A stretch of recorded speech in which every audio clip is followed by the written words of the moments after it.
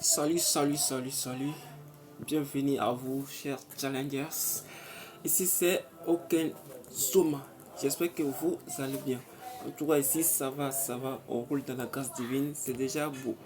Bon, notre challenge d'apprendre Python en 30 jours va débuter demain. Si Dieu le veut bien. Donc, ce que nous allons faire, nous allons déjà télécharger les livres sur lesquels nous allons nous baser. Nous allons nous baser sur un livre de Gerard Swiner qui s'appelle Apprendre Python Apprendre Python 3. Voilà. Apprendre Python 3 de Gerard Swiner. Donc déjà nous allons aller sur Google.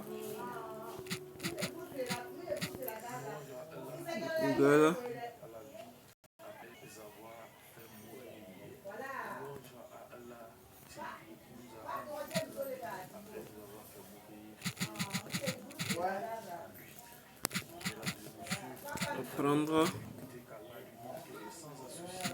la programmation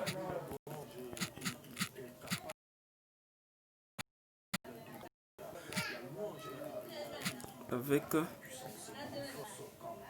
Python 3. Python 3, voilà. Gerard Swiner. Non, Gerard Swiner. PDF. Voilà, c'est un livre assez bon. Je l'ai déjà feuilleté. Il est bon. On va sur le livre. Encore, il y a 19 chapitres dans le livre. Du coup, ce que nous allons faire, c'est que nous allons essayer de faire au moins un chapitre par jour. Donc, ça donne un total de 9 jours. Bon, avec les exercices dont nous allons prendre au maximum 30 jours. Voilà. Donc, on va cliquer sur le premier lien. On voit que le téléchargement s'est lancé. Hein. On voit si ça s'est lancé.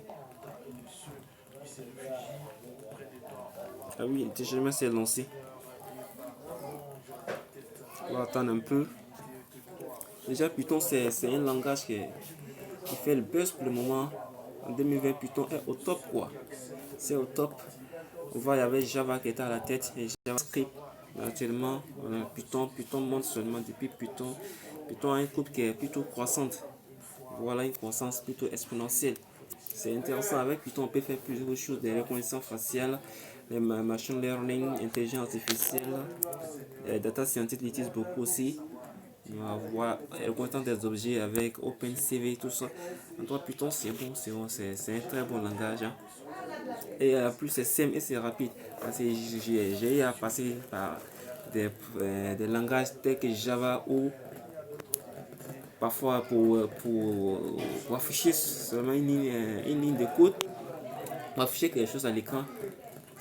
On écrit tellement de choses, comme s'il y a tellement d'instructions qu'il faut écrire. Pourtant, avec Python, c'est simple, il faut un seul mot, avec un seul mot, la fonction print, avec un seul mot, et tu as ce que tu veux afficher à l'écran. Parce qu'avec, dans tout le langage de programmation, la première chose qu'on apprend, c'est déjà afficher Hello World. Voilà. Et avec Python, c'est assez simple d'afficher Hello World. En quelques mots, disons en une seule fonction, une seule ligne, on en a Hello World. Autant en Android, en Java, en HTML ou en PHP, c'est cela aussi. Et puis C+, on a, c'est pas un seul mot, c'est plusieurs lignes. Là, ça fait beaucoup. Donc avec Python, c'est assez simple, c'est très rapide. Voilà, donc c'est très rapide. Surtout quand on doit programmer des trucs très complexes. Avec Python, on va plus vite, quoi. Ça fait gagner un temps, un sacré temps. Et ça, c'est important car les temps, on ne joue pas avec les temps.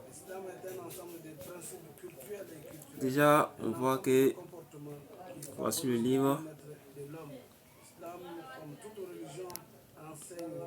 Voilà. Voici les chapitres. Premier pas, école des sorciers. Premier pas, instructions respectives. Les principaux types de données, fonctions prédéfinies, les fonctions originales, définir fonction. Voilà. 8, on a utilisation des fenêtres et des graphismes. On a aussi manipuler les fichiers.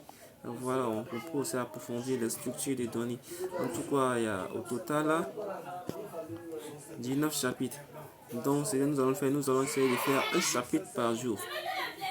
Un chapitre par jour, plus l'exercice. On va faire au maximum en 30 jours, si Dieu le veut bien.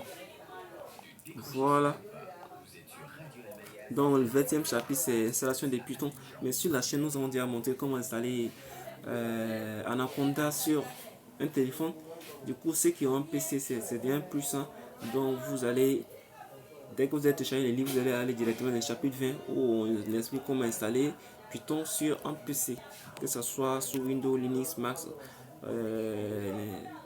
n'importe quoi en tout cas. Donc, soit le PC, on vous explique comment installer là-bas. Oui, ceux qui ont déjà un Android dont on a déjà montré, vous allez juste de regarder la vidéo précédente. Voilà, la première vidéo sur le challenge de Python. Donc vous verrez sûrement comment installer sur un téléphone. Donc c'était ça, c'était juste ça. Donc passez une bonne journée et on se retrouve après pour commencer les vraies choses. Bye.